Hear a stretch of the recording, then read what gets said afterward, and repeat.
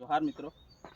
तो घણા મિત્રોની કોમેન્ટ હતી કે જીતુભાઈ તમે સ્ટેટસમાં ન મૂકો, વોટ્સઅપ કે યુટ્યુબ પર બી ન મૂકો, કેમ કે જેવું તમે મૂકે એટલે કેરીની ચોરી થઈ જાય.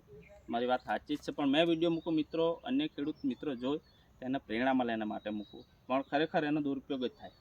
જેમ કે અહીંયા હિતેશભાઈ બતાવવા આજે આર્યા કેરી ભાઈ અહીંયા આ નીચે ભાગમાં જેટલી બી કેરી એટલી એ બધી આજે તૂટી ગઈ. એનો સબૂત પણ બતાવું ચોર કંઈ થયો હતો. હિતેશ અહીંથી હાલ જો આ રીતના અહીંયા હાલા પગલા સાજો આ રીતના અહીંયા આ રીતના અહીંયા સુધી ખાલી અહીંથી અહીંયા લતો આટલા સુધી ખાલી અહીં બતાવો અહીંયા સુધી ખાલી આવ્યો, અહીંથી રિટર્ન થઈ ગયા. પગલા મેં જો કેમ કે અહીંયા પાણી ફરાવેલું તાજો આ સિક્કા બી પડેલા છે. અહીંથી આ રીતના લઈને જઈ રહ્યો. એટલે ચોરને ખાસ કહેવા માગું કે કદાચ મારા વિડીયો જોતા હોય, બધું જોતા હોય, પણ મને બી ખબર છે ચોરને મેં પર્સનલી પકડી નથી ખાલી શક્યો છે.